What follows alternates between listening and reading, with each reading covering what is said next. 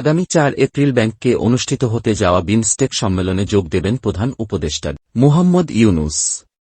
এই সম্মেলনের ফাঁকে ভারতের প্রধানমন্ত্রী নরেন্দ্র মোদীর সঙ্গে তার প্রথম সরাসরি বৈঠকের সম্ভাবনা তৈরি হয়েছে। একটি কূটনৈতিক সূত্র জানিয়েছে, সম্মেলনের প্রস্তুতি চলছে এবং প্রধান উপদেষ্টা এর ফাঁকে কয়েকটি দ্বিপাক্ষিক বৈঠক করবেন।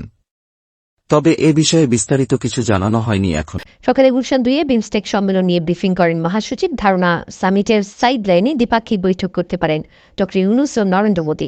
যদিও ঢাকা দিল্লির শীর্ষ পর্যায়ে বৈঠকের বিষয়টি নিশ্চিত করেন বিমস্টেক মহাসচিব। তিনি বলেন, এটি দুদেশের সরকারের সিদ্ধান্ত। মহাসচিব ইন্দ্রমণি পান্ডের দাবি, কোনোভাবেই বিমস্টেক চীন বা পাকিস্তান বিরুদ্ধে কোনো প্ল্যাটফর্ম নয়। আগামী শীর্ষ সম্মেলনে বিমস্টেক সভাপতি হতে যাচ্ছে Bangladesh.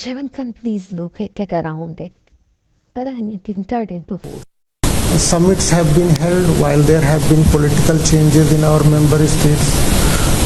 Ministerial meetings have been held, and our member states have gone through political changes, which is in the nature of member states, and we have continued our regional cooperation.